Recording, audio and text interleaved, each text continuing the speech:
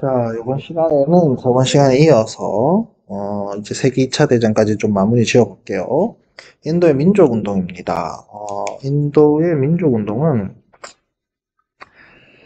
이제 그 앞에 이제 기억이 날 거예요. 인도의 국민 대표회의 있었고 뭐 스와라지라든지 스와데시라든지 뭐 이런 것들이 기억이 날 겁니다. 그 이제 벵골 분한 여행에 대해서 저항을 했던. 그러고 난 다음에 영국이 이제 제1차 세계대전에 인도가 참가하는 조건으로 자치권을 약속을 해요.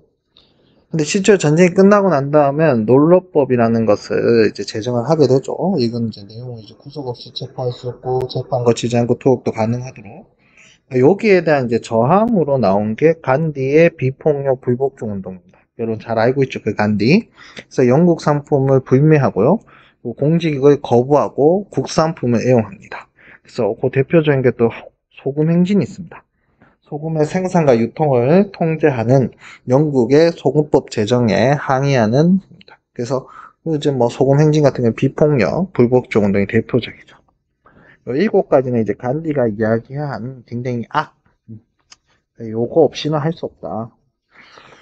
대표적으로는 양심 없는 쾌락이라든지, 특성 없는 지식이라든지, 인간성 없는 학문이라든지, 이런 것들, 뭐, 한번 좀 생각해 볼 만하죠. 그래서 쌤이 적어 놓은 거예요. 네로는 인도의 독립운동을 했는데, 여기서부터 이제 네로는 무장투쟁을 좀 얘기를 해요. 그리고 인도 독립동맹을 이야기하고요. 세계사 편력이라는 또 유명한 책도 있습니다. 그리고 인도의 완전한 독립을 요구하게 되고요. 영국은 인도의 각주의 외교와 군사를 제외한 자치권을 인정하게 되는 신인도 통치법을 35년에 제정하게 됩니다. 그래서 외교권과 군사권과 외교권은 영국이 소유를 계속하고 있죠. 인도네시아 같은 경우에 국민당도 결성이 됩니다. 지금 요 설명하고 있는 건 세계 보자. 1차 대전하고 2차 사이에 이야기를 하고 있는 거죠. 그러니까 1차와 2차 사이에 이야기를 하고 있는 겁니다.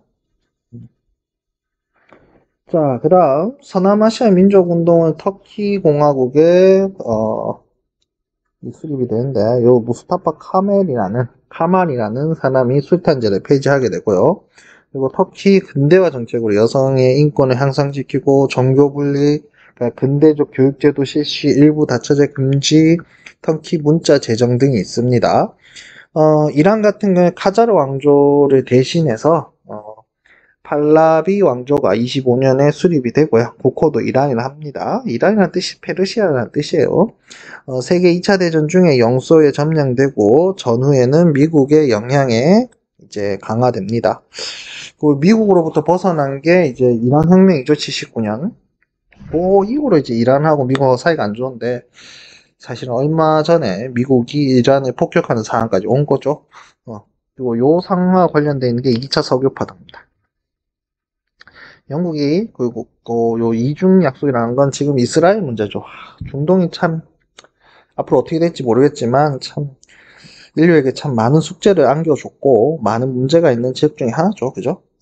맥마한 서한이 있고요. 그래서 아랍의 독립을 약속을 했고 아랍의 그 벨포어 서한에서 유대인들의 독립을 약속합니다. 그래서 그 지금 유대인들이 있는 이스라엘 땅에 유대인들과 아랍인들이 둘 다 독립을 주장하면서 존재하게 되는 그 갈등의 씨앗이 되는 상황이 맥마한 서한하고 벨포어 서한이 있죠.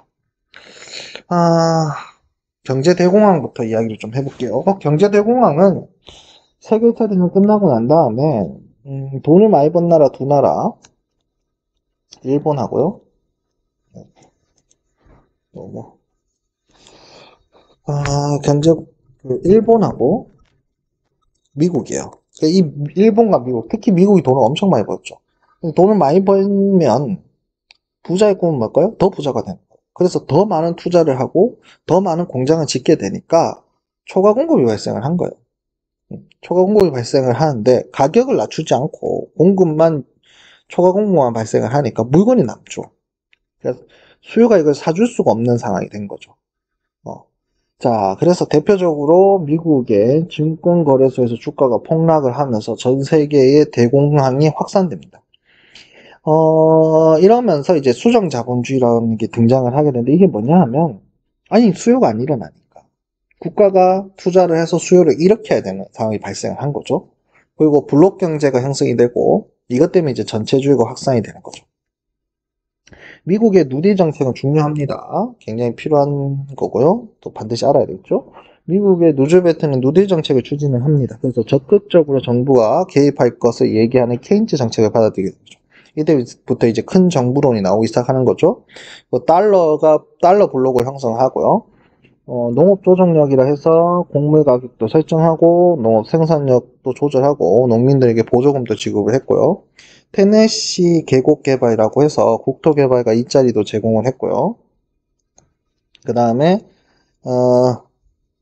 국가 산업 부흥법이라고 해서 산업 부분의 생산도 조절하고 최저 가격과 노동 시간을 규정했습니다. 와그너법이라 해서 노동자들의 단결권과 단체 고속권을 인정했고요. 사회보장법이라고 해서 노인임금 그리고 실업자 수당, 각 주의 구제활동 등의 연방정부도 지원했습니다. 여기서 중요한 게 좀 와그너법이기도 해요. 그래서 우리가 흔히 말하는 노동상법의 형태가 이때부터 나타나기 시작하는 거죠. 영국은 이제 노동당이 집권합니다. 그래서 노동당 정권에 집권에 보수당이 합류를 하면서 거국적 내각이 구성이 되고요. 국가 재정을 삭감하고 그리고 파운드 블록을 형성하게 됩니다. 그러니까 파운드 블록이란 뭐냐면 블록이라는 게 뭐냐면 각자가 가지고 있는 식민지 단위를 묶이는 거예요. 그래서 다른 데하고는 교류를 좀 끊고 자기들끼리 있다는 블록을 만들어서 자기들끼리 어떻게 살 방법을 좀 찾는 거예요. 프랑스 같은 경우에도 사회당 중심의 인민전선이 결성이 되고 프랑스 블록도 형성이 됩니다. 프랑 블록도. 일본은 M 블록이 형성이 됩니다. 그러니까 요 식민지주, 일본 식민지, 조선 만주 그리고 근본위제를 포기해요. 이게 꽤 중요한데 사실은 이제 정부가 재정 정책을 쓸 수 있는 방법 중에 하나가 금리를 움직이는 문제인데 근본이자에서는 금리를 움직일 수가 없어요. 그래서 이거를 간파하고 일본이 바로 근본이자를 포기한 겁니다. 이거 꽤 일본이 잘한 건데 참, 일본도 요거 추진했던 재정장관이 일본의 전체주의가 확산되는 과정에서 암살되는 문제가 발생을 하죠. 식민지인들의 고통은 더 강화됩니다. 농수산물 가격을 하락시키고, 왜냐면 본국 사람들이 힘드니까 농수산물 가격을 하락시키고, 본국의 공산품 가격은 유지하면서 식민지인들이 자기 물건은 싸게 팔아야 되고, 본국의 물건은 더 비싸게 사야 되는 상황이 발생을 하는 거죠. 그 다음에 이제 전체주의로 한번 내려가 보면요. 이제 전체주의 특징이라는 건 국가지상주의, 그 다음에 일당 독재, 그리고 공국주의. 공국주의는 게 군대를 우선한다는 얘기. 팽창주의. 언론과 사상 통제인데, 이게 일어나는 가장 큰 이유는 지금 아까 얘기했듯이 초과 공급이 발생했잖아요. 그러면 물건을 사야 되는 거 아닙니까? 물건을 사려면 뭐가 발생해야 돼요? 수요가 발생해야 되죠, 수요. 그러니까 물건 사줘야 될 거 아니에요. 수요가 발생을 해야 되는데 이 수요를 발생시키는 가장 좋은 방법 중에 하나가 전쟁인 거죠, 사실은. 그러니까 전쟁은 사실은 그 덩어리 자체가 전쟁이라는 것 자체가 사실은 계속 뭐를 일으키는? 수요를 일으키는 과정이죠. 그러니까 전쟁 나가면 물자를 계속 쓰게 되죠. 뭐 밥도 먹어야 되고 그죠? 총알도 필요하고, 옷도 입어야 되고, 이게 다 뭡니까? 수요죠. 이렇게 해서 경제를 부흥해보겠다 하니까 군국주의가 나오는 거죠. 사실 이 시작은 독일이라고 생각하는 경우가 많은데, 학생들 중에. 아니에요. 이탈리아예요. 이탈리아의 파시즘입니다. 제2차 세계대전 이후에 물가가 폭등하고 실업자 증가합니다. 여러분, 제2차 세계대전에서 이탈리아는 패전국이에요? 승전국이에요? 이게 좀 이상하죠. 왜냐하면 처음 시작할 때는 분명히 독일 쪽 편에 있다가 전쟁이 시작될 바로 직전에 거기서 나온단 말이에요. 그래서 어떻게 보면 승전국이에요. 근데 아무것도 얻은 게 없어요. 오히려 끝나고 난 다음에 물가가 폭등하고 실업자 증가하니까 이탈리아는 너무 힘이 든 거죠. 그래서 이때 등장한 사람이 그 유명한 무솔리니죠. 무솔리니 파시스당을 결성하고 이들을 끌고 로마로 진군을 하게 됩니다. 이걸 검은 셔츠당 이 사람들 끌고 들어가서 정권을 장악하고 일단 독재 체제를 구축한 이후에 에디오피아도 침공하고 에디오피아는 그 아도와 전투 있었던 그게요. 그때는 이제 이탈리아가 실패했었잖아요. 메네리크 2세 때는. 근데 이때는 성공을 합니다. 그 이후에는 국제연맹 탈퇴하고요. 그리고 알바니아도 침공합니다. 요 국제연맹 탈퇴하고 어디를 침공하는 건 뒤에 이제 독일이나 일본도 하는 게 똑같아요. 하는 짓이. 미안해요. 여러분 화면에 안 보이겠지만 쌤 눈에는 지금 머리카락이 보여서 이렇습니다.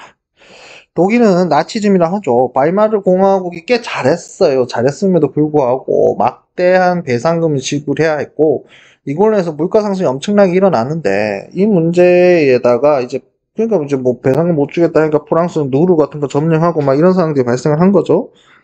거기에 이제 경제공황까지 터져버리니까 좀 잘했음에도 불구하고 좀 힘들었던 거죠. 그래서 총선에서 나치가 승리를 하고 히틀러가 총리로 취임을 하고 국제연맹에 탈퇴합니다. 그리고 총통으로까지 취임을 하게 되죠. 히틀러는 반유대 정책 추진했고 극단적인 민족주의, 인종주의, 민족주의 그리고 아리아인들의 생활권을 확보해야 된다. 그래서 재무장을 이야기하게 되고요. 여기에 이제 플러스 하자면 반공주의를 써요.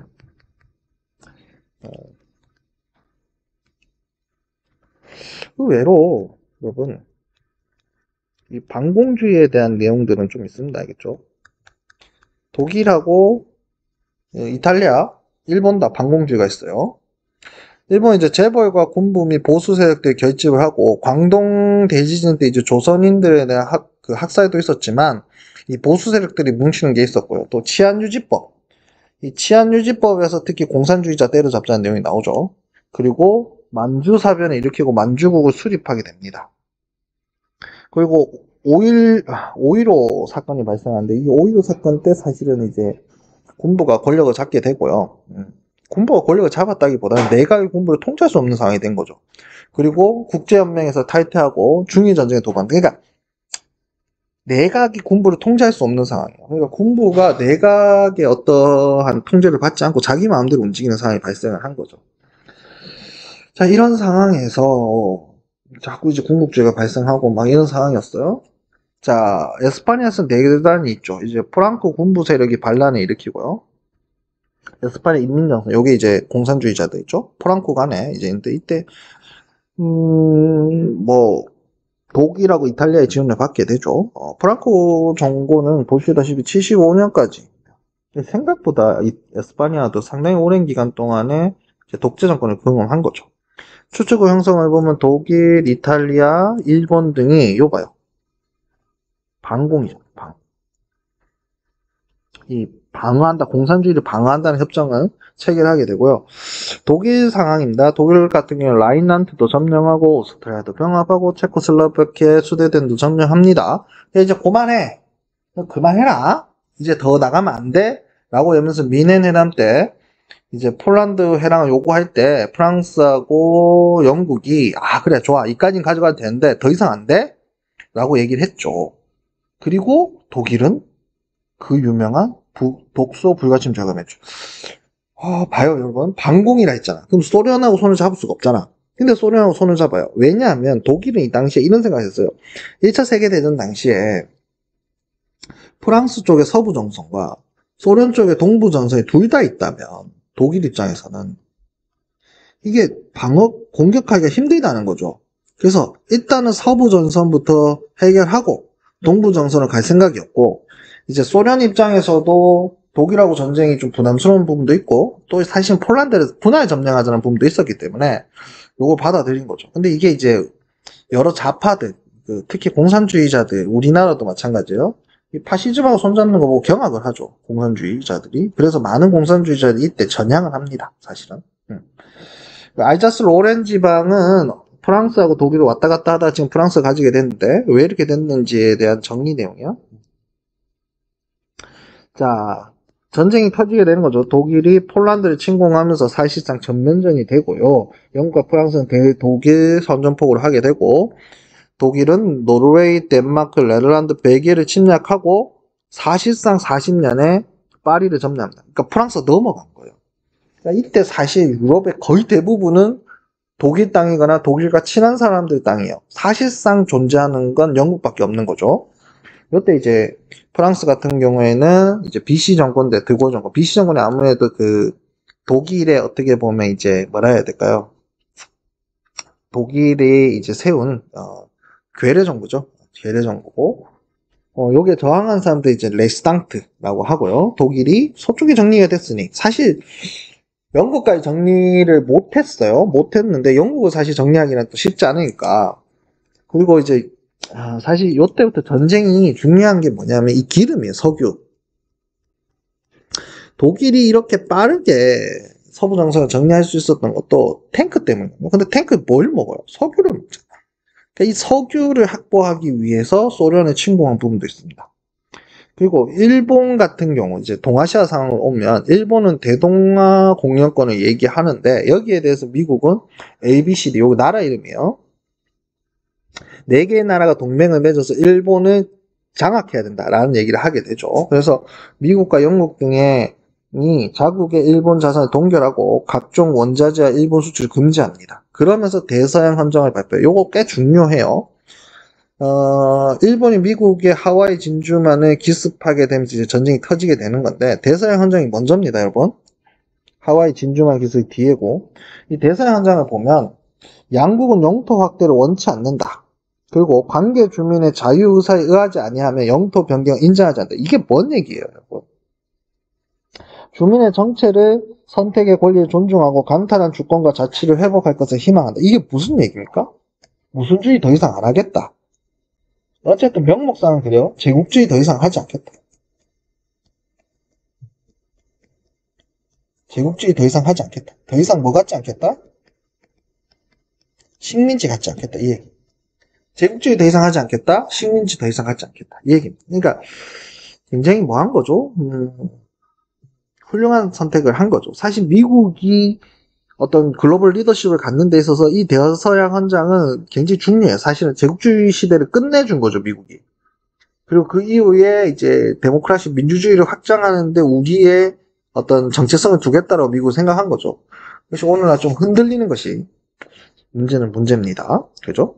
자, 이제 그러면서 이제 하와이 진주만을 습격하는데 이 하와이 진주만을 일본이 습격한 이유도 미국이라는 나라가 이렇게 돼 있고 함대가 이쪽 동쪽에도 있고 서쪽에도 있지 않겠어요? 이 서쪽에 있는 함대가 바로 하와이 진주만이 있었던 거죠. 여기를 때리면 이 동쪽 함대가 여기까지 오는데 사실 파나마 운하가 뚫리기 전이니까 저 돌아서 와야 된단 말이에요. 저 남아메리카까지. 그 기간 동안에 이 태평양 지역을 장악하겠다라는 게 일본의 생각이었기 때문에 미국 입장에선 그 일본의 생각이었고 사실 그 어느 정도 통한 것도 있어요. 근데 미국이 너무 빨리 회복되고 빨리 돌아왔다는 게 문제겠죠. 그래서 미국이 반격을 합니다. 미드웨이에서도 승리를 하고요. 북아프리카에서도 승리를 하고요. 특히 소련의 스탈린그라드 전투가 승리를 해요. 그러니까 북아프리카하고 소련의 스탈린그라드 승리는 독일이 석유를 가질 수 있는 길이 막혔다. 그러면 독일의 장점인 탱크를 사용하기가 힘들다. 이런 부분이 있는 거죠. 그리고 이탈리아가 항복을 하고 카이로 회담, 노르망딕 상륙작전, 그리고 카이로 회담은 좀 중요하죠. 우리나라의 독립이 처음 인정이 된 거예요. 그리고 노르망딕 상륙작전 하고요. 얄타 회담. 이때 소련이 일본전에 참전을 결의하고 독일이 45년 5월에 항복하게 됩니다. 독일이 항복을 했음에도 불구하고 일본이 항복을 안 하는 거예요. 그래서 포츠담 회담에서 너 무조건 해? 안 하면 혼나? 해서 폭탄 투하를 하게 되고 폭탄 투하를 하자마자 소련은 만주로 일본 한반도 들어오게 되는 거죠. 원폭입니다. 그리고 일본은 항복하고 미국의 한반도 주둔이 일어나게 되는 거죠. 자, 카이로 회담 중요하다 했고요. 한국인의 독립에 대해서 얘기를 했는데 이 적절한 절차라는 게 좀 아쉬운 거죠. 인드코스. 이게 결국 한국의 신탁 통치 문제를 놓게 되는 거죠. 전후 처리 내용을 보면요. 연합국과 패전국 간에 개별 조약을 체결을 합니다. 그리고 국제 군사 재판을 개최했다는 게 중요해요. 그러니까 사적 보복을 금지하고 했다는 게 역사적인 의미가 있고요. 뉴른베르크 재판하고 도쿄 재판이 굉장히 중요합니다. 미국 미영소프는 독일 분할 관리를 했고요. 그리고 일본은 주권을 샌프란시스코 때 강화해야 하는데 참 안타까운 건 독일은 분할 관리가 되는데 일본은 분할 관리가 안 돼서 일본은 분단되지 않아요. 누가 분단이 돼요? 한국이 분단된 거죠. 그리고 샌프란시스코 강화에는 51년에 있죠. 요거는 한국전쟁 중에 있었던 겁니다. 한국전쟁이 50년부터 53년까지예요. 그 미일 안전보장 그리고 방공체제의 전환이 일어나게 됩니다. 중요한 거 바로 유엔의 설립이죠. 요새 유엔의 기능이 좀 약화되긴 했습니다만은 여전히 유엔은 우리 인류 평화의 보루와 같은 존재입니다. 이 대사 현장에서 창조의 기초를 마련했고요. 샌프란시스코 회의에서 국제연합혁명이 채택되면서 정식 출범이 되었습니다. 특징으로 보면 안전보상이사회 결의가 총회 결의보다 우선합니다. 그러니까 힘 있는 나라들의 결정을 인정해 준 거예요. 그래서 안전보장이사회 상임이사국 이 4개 나라가 거부권을 행사할 수 있고요. 비상임이사국까지 10개 국가가 존재하는 거죠. 자, 국가의 이기주의가 심한 것에 부작용이 있고 냉전 논리 때 좌우가 되기도 했고요. 나중에 이제 대만 대신에 중국 인민공화국이 들어가기도 했습니다. 남북한 동시가입 91년이에요. 생각보다 늦어요, 여러분. 그리고 유엔군 파병 국제분쟁의 무력에 제재를 가할 수 있게 됐습니다.